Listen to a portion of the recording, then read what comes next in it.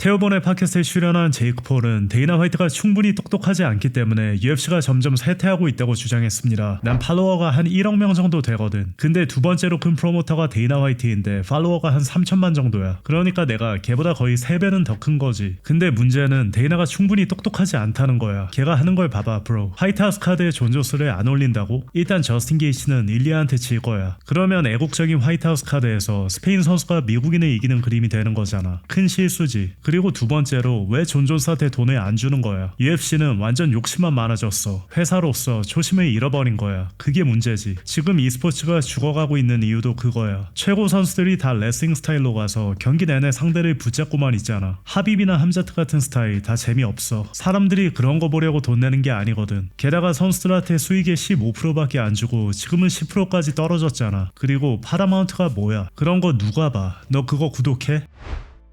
한편 백악관에서 알렉스 페리라와의 경기를 앞두고 시리간이 프랑스 톱 헤비급 파이터들과 함께 훈련하는 영상도 공개를 했습니다.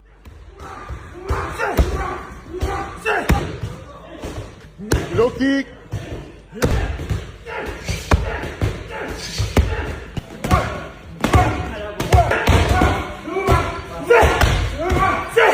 Tape ton cardio, ça va être bien, c'est bien.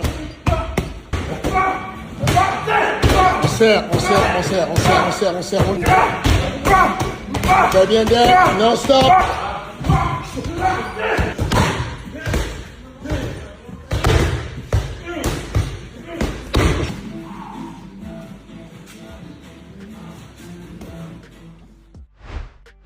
데스로우 팟캐스트 최신 에피소드에서 호르의 마스비달은 함자트 치마에프가 상대가 빠져나갈 것을 두려워해 계속 눌러두는 경기 운영을 한다고 주장했습니다. 그런 식으로 크로치만 파고들면서 계속 거기 냄새 맡으려고 붙어있는 거, 그런 건 필요 없다는 거야. 타격할 기회도 있는데 그냥 상대를 눌러만 두고 있는 거잖아. 상대가 도망갈까봐 무서워서 그러는 거지. 포지션을 발전시키거나 서미션을 노리거나 타격으로 연결하려고 하는 거라면 그건 크로치 스니핑이라고 안 하지. 뭔 말인지 알지. 근데 애매한 포지션에서 그냥 버티기만 하면서 필사적으로 매달려 있는 경우 있잖아. 포지션도 발전 안 시키고 데미지도 주지 않고 결국 하는 거라곤 그냥 붙잡고 있는 것뿐이야. 그래, 네가 더 좋은 레서일 수는 있지. 근데 그건 싸움이 아니야. 그런 식으로 경기를 운영하는 선수들이 꽤 많고 치마에프도 그중 하나야. 근데 내가 스트릭랜드에 대해 확실히 아는 건 걔가 훈련하는 걸 직접 몇 번 봤는데 실력 좋은 레서들이랑 붙어도 대응을 잘한다는 거야. 오버훅 쓰는 것도 잘 알고 케이지를 활용해서 다시 일어나는 방법도 잘 알아. 힙도 굉장히 좋고 걔를 테이크다운하는 것도 쉽지 않은데 눌러놓는 건 훨씬 어렵다는 거야. 아마 션은 치마에프를 그 부분에서 제대로 테스트할 첫 번째 상대가 될 수도 있어. 레슬링으로 맞대응이 되는 스타일이거든. 치마에프가 테이크다운을 성공하더라도 거기서 숨 돌릴 여유가 생기는 게 아니라 스트릭랜드를 눌러두기 위해 더 힘을 쓸 거야. 션이 올 아메리칸이나 내셔널 챔피언급 선수들이랑 훈련하는 것도 봤는데 계속 빠져나오더라. 션은 부지런하고 체력도 잘 안 떨어져. 계속 일어나려고 시도하고 실제로 실력 좋은 선수들 상대로도 잘 빠져나오는 걸 많이 봤어. 미국식 기본 레슬링이 잘 잡혀있거든. 대학 레슬링 스타일이 있잖아. 거기선 한번 못 빠져나오면 계속 눌려있을 수밖에 없는데 션은 그걸 벗어나는 방법을 아는 선수야. 그래서 이번엔 난 션이 이긴다에 걸게. 마스비달의 말에 대해 방송에 출연한 조 파이퍼는 다음과 같이 덧붙였습니다. 나도 그렇게 생각해. 션이 딱히 화려한 거 하는 스타일은 아니잖아. 자기한테 잘 맞는 스타일을 찾은 거지. 무엇보다 션은 큰 펀치를 허용하지 않는 수비가 좋아서 데미지가 많이 쌓이는 타입은 아니라고 봐. 드리커스는 션만큼이나 이상한 스타일이라서 좀 까다로웠던 거고. 근데 뭐 나도 션 스트릭랜드 쪽이야. 다른 쪽은 뭐 굳이 말은 안 할게. 솔직히 별로 안 좋아하거든.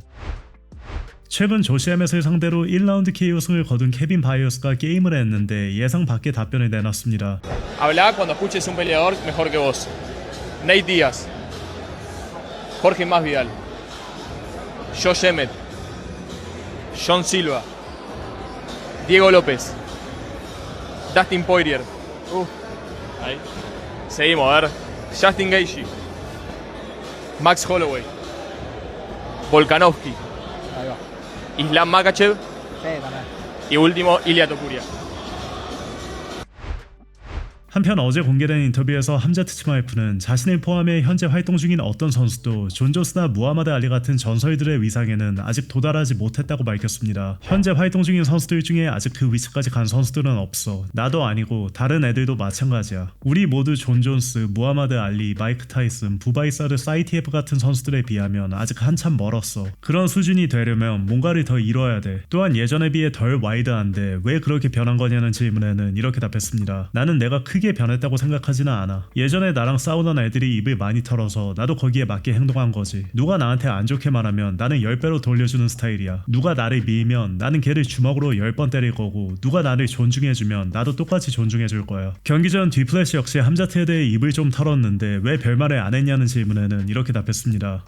근데 호텔에서 걔를 봤을 때 내가 먼저 다가갔거든. 걔가 그래 브라더라고 부르면서 이런저런 말을 하더라. 나를 브라더라고 부르는데 내가 어떻게 때릴 수 있겠어. 그래도 케이지 안에서는 때리지. 그게 내 일이니까. 근데 걘 좋은 사람이야.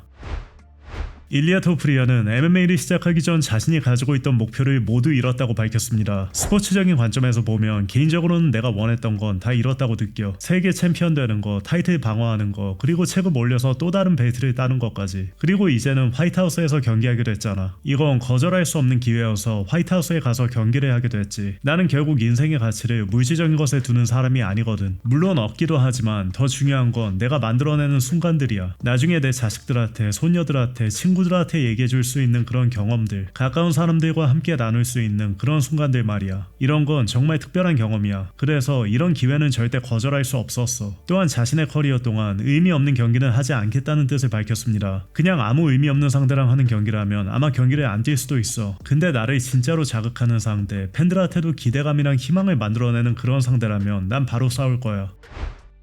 한편 에이든 로스 방송에 출연한 유리 프로아즈카는 개최량 전날 마지막 날에는 별도의 감량을 하지 않으며 보통 화장실을 다녀오는 것만으로도 충분하다고 밝혔습니다. 난 보통 5kg에서 7kg 정도 감량해. 이번에도 그럴지는 모르겠지만 최근 UFC에서 치른 3경기, 아니 4-5경기 정도는 다 비슷했어. 개최 주간 월요일 기준으로 체중이 한 98에서 99kg, 거의 99kg 정도였거든. 근데 주가 지나면서 보면 아, 체중이 잘 빠지고 있네 이런 느낌이 와. 체중이 그냥 계속 쭉 내려가. 그러다가 개최 전날 밤쯤 되면 94.5kg 정도까지 내려오지. 그래서 다음날은 화장실 다녀오고 가볍게 조금만 운동해주면 끝이야. 또한 4번째 타이틀 도전을 앞두고 있음에도 불구하고 영양사를 따로 두지 않고 자신의 직감에 따라 식단을 관리하고 있다고 밝혔습니다. 나는 스시도 먹어. 근데 딱히 좋아하는 음식이 있는 건 아니야. 내가 먹는 음식이 그냥 몸에 좋은 연료가 될 수 있는지에 대해 신경 쓰지. 훈련할 때나 내가 하는 모든 활동에 도움이 되는 게 제일 중요하거든. 난 영양사를 따로 두고 있진 않아. 예전에 같이 일해본 적은 있는데 그때 이미 어떻게 돌아가는지는 다 배웠어. 혈액 검사나 유전자, 뇌 상태 같은 것들, 몸을 분석하는 그런 과정들 말이야. 지금은 그냥 내 직감이랑 느낌을 믿고 내 몸 상태를 스스로 느끼려고 해. 이어 18살에 처음으로 싸움을 시작한 계기를 밝혔습니다. 내가 처음 싸움을 시작한 게 18살이나 19살 때였어. 싸움을 시작한 이유는 그냥 남자가 되고 싶어서였던 것 같아. 더 강한 남자가 되고 싶었던 거지. 처음엔 내가 살던 마을에서 친구들 사이에 리더가 되고 싶었고, 그 다음엔 도시에서, 그리고 체코에서, 지금은 전 세계에서 그런 존재가 되고 싶었어.